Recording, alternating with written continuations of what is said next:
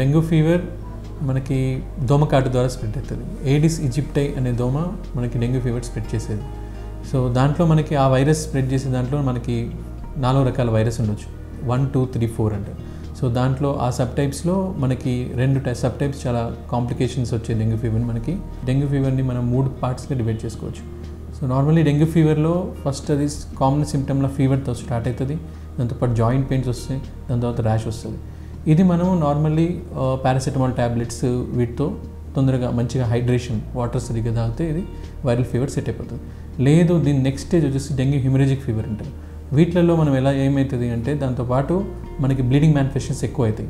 అంటే మనకి యూరిన్ ద్వారా రెడ్గా యూరిన్ పోవటము, ప్లస్ ర్యాష్ ఎక్కువ అవ్వటము, బీపీ పడిపోవటము, ఇవన్నీ కాంప్లికేషన్స్ మనకి డెంగ్యూ హిమరేజిక్ ఫీవర్ అంటారు. దీంట్లో ఆయాసం రావటము, వాటర్ చేరిపోవటం, పొట్టలో వాటర్ చేరటం, ఊపిరితిత్తులో వాటర్ చేరటం.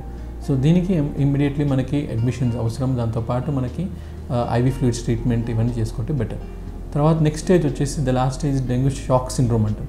ఇది మనకి ఫుల్ కాంప్లికేషన్స్ ఉండే స్టేజ్. దీంట్లో మనకి బీపీ బాగా పడిపోయి దాంతోపాటు మనకి మల్టీ ఆర్గాన్ ఫెయిల్యూర్ అంటే లివర్ డ్యామేజ్ అవ్వటము, కిడ్నీ డ్యామేజ్ అవ్వటం ఈ వైరస్ వల్ల. సో ఇదన్నీ మనకు కంపల్సరీ ఐసీయూ అడ్మిషన్ అవసరం పడుతుంది. సో మనం దీన్ని ఎలా డయాగ్నోజ్ చేస్తాం? డెంగ్యూ డయాగ్నోజ్ చేసేందుకు మనకి రక్త పరీక్షల ద్వారా చేస్తాం. ఫస్ట్ దీంట్లో వచ్చేసి మనకి ప్లేట్లెట్స్ రక్త కణాలు బాగా పడిపోతాయి. సో నార్మల్లీ మన ప్లేట్లెట్ రక్త కణాలు మనకి 1,50,000 నుంచి 4,50,000 దాకా ఉంటాయి. సో ఆ రక్త కణాలు బాగా పడిపోతాయి. సో కాకపోతే ప్లేట్లెట్స్ పడిపోయినాయని మనం ప్లేట్లెట్స్ ఎక్కించడం దీని ట్రీట్మెంట్ కాదు. సో ప్లేట్లెట్స్ మనకి డిసీజ్ పరంగా పడిపోతాయి. మనము ట్రీట్మెంట్ ఇచ్చే కొద్దీ అవి మళ్ళీ మన బాడీ వాటిని ప్రొటెక్షన్ చేస్తుంటాయి. సో ప్లేట్లెట్స్ ఎక్కించడం డెంగ్యూ ట్రీట్మెంట్ కాదు. సో నెక్స్ట్ వచ్చేసి మనం ఐవీ ఫ్లూయిడ్స్, మనం రింగర్ లాక్టేట్ కానీ నార్మల్ సెలైన్ కానీ ఐవీ ఫ్లూయిడ్స్ అవన్నీ కరెక్ట్గా ఎక్కించేసి సో బీపీ అవన్నీ కరెక్ట్గా చూసుకొని రక్తం చిక్కబడకుండా మనము అన్నీ చేస్తే దెన్ కాంప్లికేషన్ నుంచి మనము దాన్ని కాపాడుకోవచ్చు. నెక్స్ట్ వచ్చేసి మనము దీన్ని ఎట్లా ప్రివెంట్ చేయాలి అంటే మనము మస్కిటో నెట్స్ వాడటము, చిన్న ఒక ప్రికాషన్స్తో దీన్ని ప్రివెంట్ చేయొచ్చు.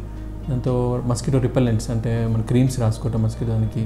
దాంతోపాటు మనము అడల్ట్ మస్కిటోని చంపడం కాకుండా మన దగ్గరలో ఉన్న వాటర్ కలెక్షన్స్ అంటే ఎయిర్ కూలర్లో వాటర్ కానీ లేకపోతే దగ్గర ఉన్న వాటర్ కెనాల్స్ కానీ వాటిల్లో మనము చిన్న ఎగ్స్ లార్వే అవన్నీ చంపేసేందుకు వాటికి వేసే పెస్టిసైడ్స్ కానీ ఇవన్నీ వేసేస్తే అవన్నీ ప్రివెంట్ అయ్యే ఛాన్సులు కూడా ఉన్నాయి.